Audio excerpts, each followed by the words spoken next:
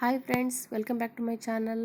ನಾನಿವತ್ತು ನಿಮಗೆ ಒಂದು ಶೇಂಗಾ ಪುಡಿಯನ್ನು ಅಂದರೆ ಕಡಲೆ ಪುಡಿ ಅಂತಾರೆ ನಮ್ಮ ಕಡೆ, ಇಲ್ಲೆಲ್ಲ ಚಟ್ನಿ ಪುಡಿ ಅಂತಲೇ ಕರೀತಾರೆ. ಈ ಥರದ್ದು ಒಂದು ಕ್ವಿಕ್ಕಾಗಿ ತುಂಬ ಚೆನ್ನಾಗಿ ತುಂಬ ರುಚಿಯಾಗಿ ಹೇಗೆ ಮಾಡೋದು ಅಂತ ನಾನು ನಿಮಗೆ ಇವತ್ತು ತೋರಿಸ್ಕೊಡ್ತಾ ಇದ್ದೀನಿ. ಈ ಶೇಂಗಾ ಪುಡಿ ಒರಳು ಕಲ್ಲಲ್ಲಿ ಕುಟ್ಟಿ ಹೇಗೆ ಪುಡಿ ಮಾಡಿ ಚಟ್ನಿ ಪುಡಿ ಮಾಡ್ತಾರೋ ಅದೇ ಥರನೇ ಮಿಕ್ಸಿಯಲ್ಲಿ ಕೂಡ ನಾವು ಮಾಡ್ಬೋದು. ಸೇಮ್ ಒರಳು ಕಲ್ಲಲ್ಲಿ ಕುಟ್ಟಿರೋ ಥರ ಎಣ್ಣೆ ಜಿಡ್ಡು ಬಂದಿರುತ್ತಲ್ಲ, ಅದೇ ಥರನೇ ಚಟ್ನಿ ಪುಡಿ ರೆಡಿ ಆಗುತ್ತೆ.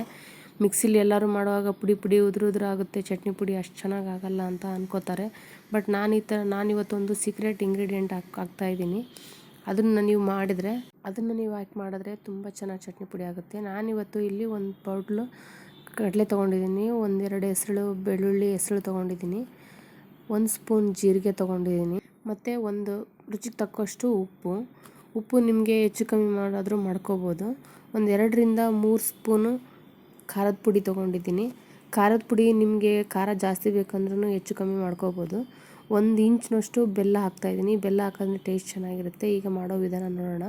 ಈಗ ನಾನಿಲ್ಲಿ ಒಂದು ಬೌಲ್ ಆಗುವಷ್ಟು ಶೇಂಗಾನ ತೊಗೊಂಡು ಅದನ್ನು ಚೆನ್ನಾಗಿ ಹುರ್ಕೋತಾ ಇದ್ದೀನಿ. ನಾನು ಈ ಕಬ್ಬಿಣದ ಬಾಣಲಿಲೇ ಯಾಕೆ ಹುರ್ಕೋತೀನಿ ಅಂದರೆ, ನಾವು ಏನೇ ಪದಾರ್ಥಗಳನ್ನು ಹುರಿದ್ರೂ ಕೂಡ ಅದು ಎಣ್ಣೆ ಜಿಡ್ಡೆಲ್ಲ ಡ್ರೈ ಅನ್ನೋ ಥರ ಆಗಲ್ಲ. ಅದು ಅಲ್ಲಿ ಚೆನ್ನಾಗಿ ಹೊರಗಡೆ ಮಾತ್ರ ಚೆನ್ನಾಗಿ ಸಿಪ್ಪೆ ಎಲ್ಲ ಕಪ್ಪಾದರೂ ಪರವಾಗಿಲ್ಲ, ಆದರೂ ಚೆನ್ನಾಗಿ ಹುರಿದಿರುತ್ತೆ. ಈ ಥರ ಒಂದು ಸ್ವಲ್ಪ ಸಿಪ್ಪೆ ಎಲ್ಲ ಸ್ವಲ್ಪ ಬ್ರೌನ್ ಕಲರ್ ಆಗಬೇಕು, ಅಲ್ಲಿವರೆಗೂ ಇದನ್ನು ಚೆನ್ನಾಗಿ ಹುರ್ಕೊಂಡ್ಬಿಟ್ಟು ಈಗ ಸ್ಟವ್ ಆಫ್ ಮಾಡ್ಕೊಂಬಿಡೋಣ. ಇದನ್ನ ಹುರಿದ್ಮೇಲೆ ಚೆನ್ನಾಗಿ ಅದು ಆಫ್ ಆದಮೇಲೂ ಕೂಡ ಒಂದು ಸ್ವಲ್ಪ ಹೊತ್ತು ಹುರಿದ್ಬಿಟ್ಟು ಆಮೇಲೆ ಒಂದು ಮರಕ್ಕೆ ಶಿಫ್ಟ್ ಮಾಡ್ಕೊತಾ ಇದ್ದೀನಿ. ಮರ ಅಂದರೆ ನಿಮಗೆ ಗೊತ್ತಾಗುತ್ತೆ ಅನ್ಕೋತಿದ್ದೀನಿ. ಈ ಥರ ಮರಕ್ಕೆ ಚೆನ್ನಾಗಿ ಶಿಫ್ಟ್ ಮಾಡಿಬಿಟ್ಟು ಸ್ವಲ್ಪ ಎಲ್ಲ ಹರಡ್ಬಿಟ್ಟು ಅದನ್ನು ಚೆನ್ನಾಗಿ ಗಾಳಿಗೆ ಆರೋಗ್ಬಿಡಬೇಕು. ಒಂದು 10ರಿಂದ 15 ನಿಮಿಷದ ನಂತರ ಇದನ್ನು ಚೆನ್ನಾಗಿ ಸಿಪ್ಪೆ ಎಲ್ಲ ಬಿಡಿಸ್ಕೋಬೇಕು. ಸಿಪ್ಪೆ ಎಲ್ಲ ಬಿಡಿಸ್ಕೊಂಡಷ್ಟು ನಮಗೆ ಒಳಗಡೆ ಚಟ್ನಿ ಪುಡಿ ಎಲ್ಲ ಏನೋ ಸ್ವಲ್ಪ ಜಿಡ್ಡಿನ ಅಂಶ ಜಾಸ್ತಿ ಬರುತ್ತೆ. ಸಿಪ್ಪೆ ಇದ್ದರೆ ಕಸ ಥರ ಆಗಿಬಿಡುತ್ತೆ. ಅದಕ್ಕೋಸ್ಕರ ಚೆನ್ನಾಗಿ ಸಿಪ್ಪೆ ಬಿಡಿಸಿ ಈ ಥರ ಕಾಳಾಗಬೇಕು. ಇದನ್ನು ಒಂದು ಮಿಕ್ಸಿ ಜಾರ್ಗೆ ಇದನ್ನೆಲ್ಲ ಕಾಳುಗಳನ್ನೆಲ್ಲ ಹಾಕ್ಕೋತಾ ಇದ್ದೀನಿ ನಾನೀಗ. ಅದೇ ಶೇಂಗಾ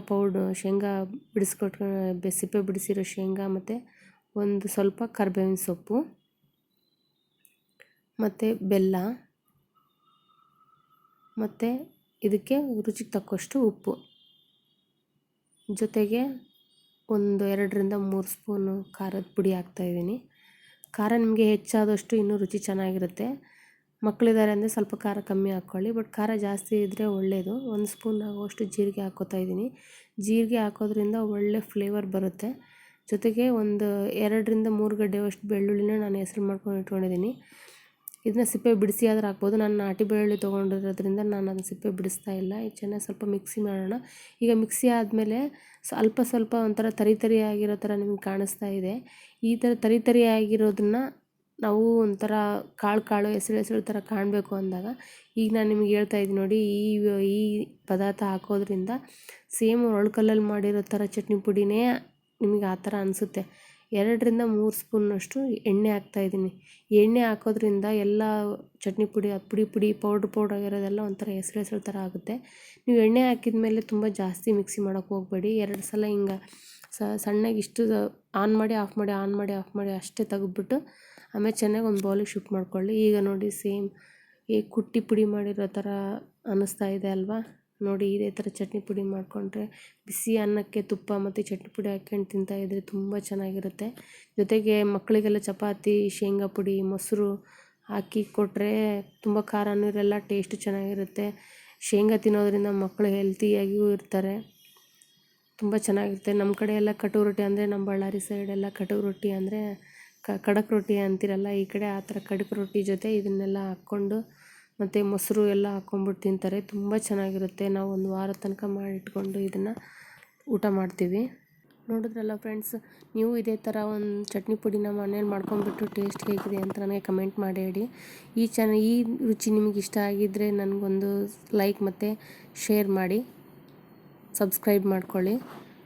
ಧನ್ಯವಾದ.